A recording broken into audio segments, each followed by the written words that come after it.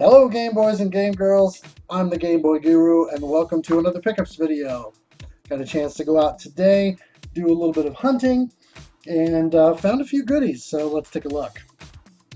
So starting with first Goodwill I hit, I got a couple of new items and a couple of, or actually one new item and 3 duplicates. So the new item is Hannah Montana the movie. Yes, I'm a glutton for punishment. One of the duplicates is Star Wars 3, Lego Star Wars 3, The Clone Wars, I should say.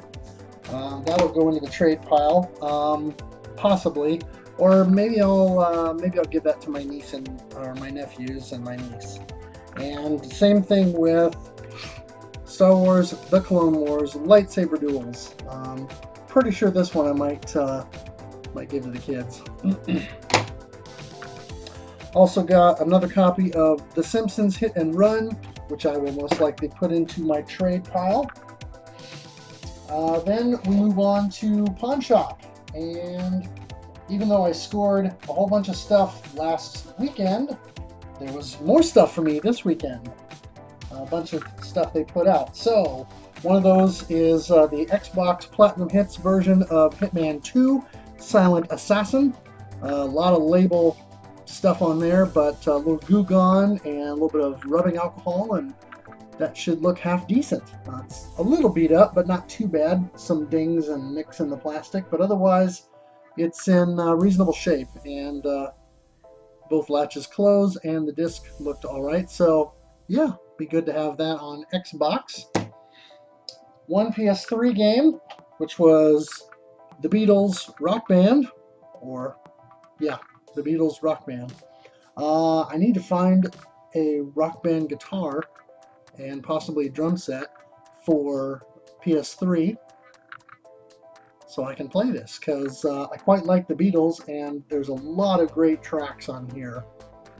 Hard Day's Night, Back in the USSR, Birthday, Can't Buy Me Love, Come Together, I Want You, She's So Heavy. Oh, fantastic. I absolutely love Abbey Road, so anything from Abbey Road, and I'll be doing that. I'm the Walrus, awesome. So yeah, cool to have this. And I got a bunch of Xbox 360 games, including the Beatles Rock Band. Yes, I'm silly because I bought both versions, but they had them and they were both complete, at least in terms of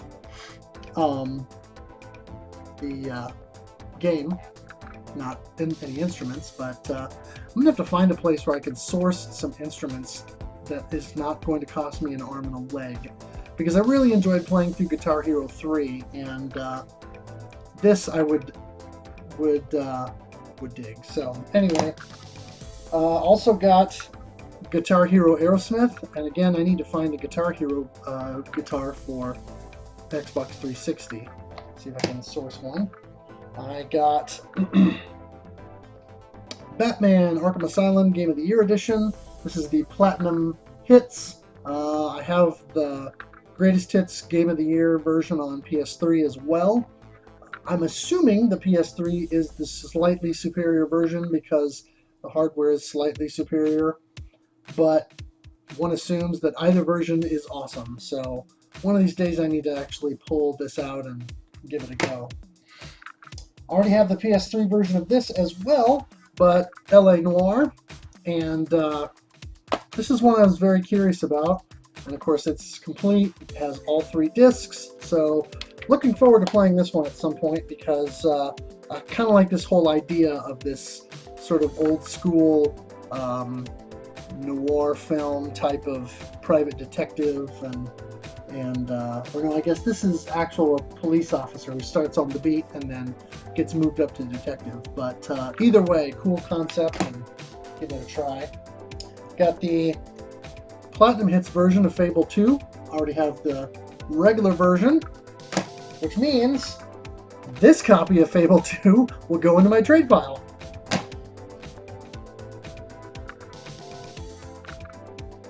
Also grabbed Medal of Honor and Mortal Kombat Complete Edition.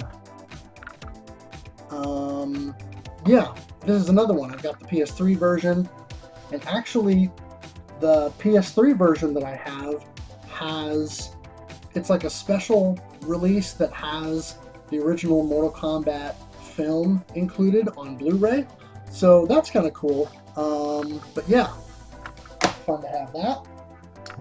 At the other Goodwill store, they didn't have any games that I didn't already have or that weren't in terrible shape, and so I picked up some random controllers that they had over in their miscellaneous electronics section. So this is an Interact Storm Chaser pad. I don't know if this is specifically designed for PlayStation 1 or 2. I'll have to look that up. It does have a mode button, but I do believe a lot of the PS2 pads included that as well. And so, interesting. A lot of these, I don't know, a lot of the third-party pads I've noticed have a much wider spread, a wider wingspan than Sony's own controller. And I don't know if that's because manufacturers thought there was a market for it, because Sony's controllers are so much tighter and more of a narrow grip. But anyway, the buttons felt good. This is programmable, has these two extra face buttons here, E2 and E1. So assuming this funky looking D-pad isn't completely terrible, might not be half bad for fighting games or something where you want more face button functions. So give it a try. Plus it's got auto fire, so I'm not sure what at this point that would be useful for, but anyway. There was also this Pelican pad, and it says analog instead of mode. I'm almost wondering if this is a PS1 pad, but it has, it's got L1 and L2, R1 and R2, but the L2 and R2 buttons they're not triggers, like analog triggers like you get on a modern controller, but they're placed like triggers. So I'm almost wondering if this is a PS2 pad, but it's hard to tell. I'm guessing it's a PS1 pad. I'll have to test it and see, but sticks feel good. Buttons all feel good. D-pad's reasonable, so I'll give that a try. And then the good find controller was this official Nintendo GameCube controller. And this is cool because I have another black one that I got with a GameCube system that I bought at a Goodwill here about a year ago or so, but both analog sticks were beat up and the caps were gone, and so I need to replace those and buy some aftermarket sticks to replace those. But this one, other than being kind of dirty and grimy, is in good shape. And I've got a tri-wing screwdriver now, so I ought to be able to disassemble this and give it a thorough cleaning. But for the minimal price I paid, this was well worth discovering. So that was awesome to find. Next up was Game Store number 1. And I got some Atari 2600 stuff again there. So we got Frogs and Flies. I remember playing that as a kid. Kind of a fun little time waster. I got Galaxian, and I'm more of a Galaga man, but I do remember playing Galaxian in the arcade and on the 2600, so that'll be fun to revisit. I got Superman, and I think I've seen footage of this, but I don't really know much about it. But it's one of the earlier games because there's no art on the label. And unfortunately, this one does not have an end label. I'm assuming because it fell off due to age. And then here's one that I'd never heard of before. It is Shark Attack. And this one also has no end label, but interesting. So I'll give that a go. And then also a still sealed copy of Dig Dug. And I remember playing the 2600 version of Dig Dug as a kid. My neighbor had it, and we had a lot of fun with it. I developed an appreciation for Dig Dug over at his house. I played it once or twice in the arcade and wasn't very good at it, but even though I never really got very good at it, I definitely developed an appreciation for the game and its concept and kind of what it brought to the table. So, pretty cool to have that. The other game store yielded a couple of items. I got Ape Escape on the loose, and this is, as you can see, the favorites version. So now I have the standard release, the greatest hits release, and the favorites release. I don't believe there were any other Ape Escape games on the PSP in the US, so I believe this completes my Ape Escape PSP set. And I also grabbed a Nintendo NES QuickShot joystick. It's been years since I've messed around with one of these, but pretty cool. I remember the clicky joystick. I don't remember which one of my friends had this or what games we ever used it for. It's a little dirty, needs a little bit of TLC, a little bit of detail work. Probably break out the Q-tips and the rubbing alcohol. But this might be fun to mess around with a couple of shmups on the NES. Specifically, I'm thinking because of the auto fire feature, this might be good for Flying Shark, or Tiger Heli, or Twin Cobra. That seems like it would be the order of the day. So anyway, I don't remember which button is B and which is A. I'm assuming this is B and this is A. But I guess I'll have to test it and find out. So that was game store number 2. And last but not least, I stopped at GameStop, and they had a couple of Wii U items for dirt cheap.